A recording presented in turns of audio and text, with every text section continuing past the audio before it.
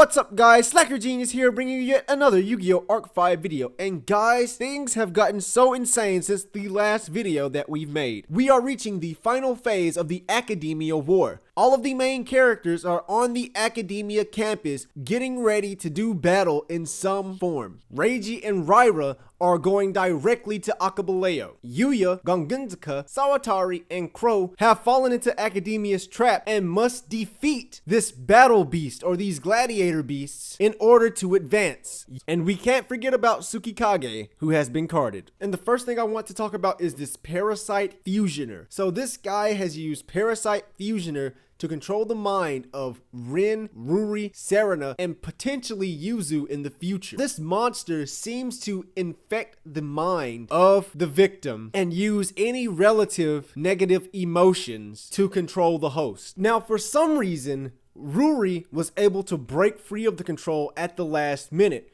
whereas Rin could not. Now, this could possibly be because of an idea that the Clueless Gamers had, and I'll leave a link in the description. But basically, more people care about Ruri than Rin, and let me explain. Of course, everyone wants to save all 4 of the bracelet girls because that will ruin Qebehsenuef's plan. However, Rin does not have the same interpersonal relationships as far as we know that Ruri, that Yuzu, that Serena has with the Lancers and or Lancer affiliates. And that's what really made the difference between Ruri and Rin when breaking out. All Rin really had was Yugo. When Shun duels against Ruri, he uses the little fairy card to summon a brand new Raid Raptors monster. That is the same card that Sayaka tried to give Ruri before. It is the same card that Sayaka gave to Kaito and then Kaito entrusted to Shun. That last monster was summoned with the feelings of all of Ruri's friends and she was able to break free. Another thing I need to bring up is we finally know the true purpose of the Arc Area project. It is codenamed Revival Zero. It involves the Bracelet Girls and the Dragon 4, which means Qebehsenuef is aware of the Dragon 4. Why isn't he going after them? We don't know. The only thing we can be sure about is that Leo has plans to return something to Zero, to start something over. So that's going to be interesting to find out too. However, guys, there is one more thing I want to talk about, and I'm not going to go too into detail about it, mostly because my source is Wikipedia, and Wikipedia isn't always the most reliable resource, but also because I want you guys to do some research so that we can have a real discussion about this topic. So, are there any Egyptian connections in Yu-Gi-Oh! Arc 5? I found something that Yu-Gi-Oh! Arc 5 may be loosely, and I want to emphasize loosely, based on. In ancient Egyptian burial practices, there were these things known as the canopic jars. Each canopic jar was represented by a different deity known as the 4 sons of Horus, and they protected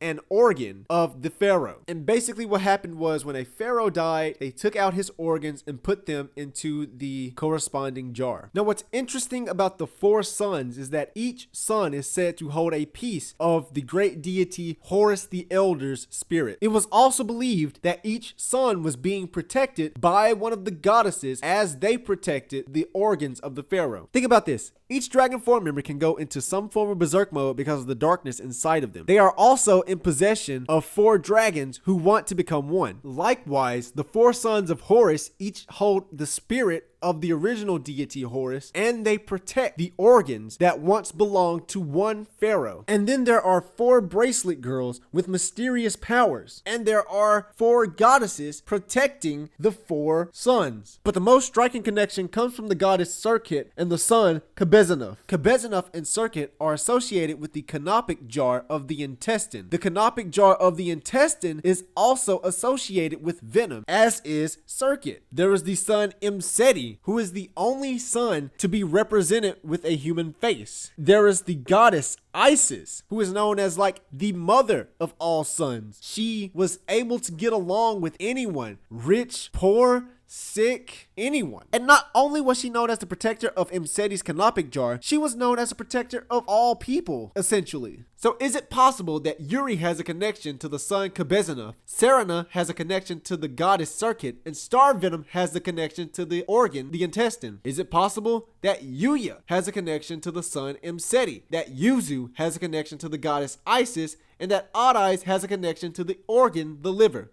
Probably not, but it's just something I found interesting. But what do you guys think? Today's questions are 1. Why could Ruri regain control of herself when Rin could not? 2. Why isn't Akabaleo chasing after the dragon 4? Is it all a part of his plan? 3. What is the significance of Revival 0? And 4.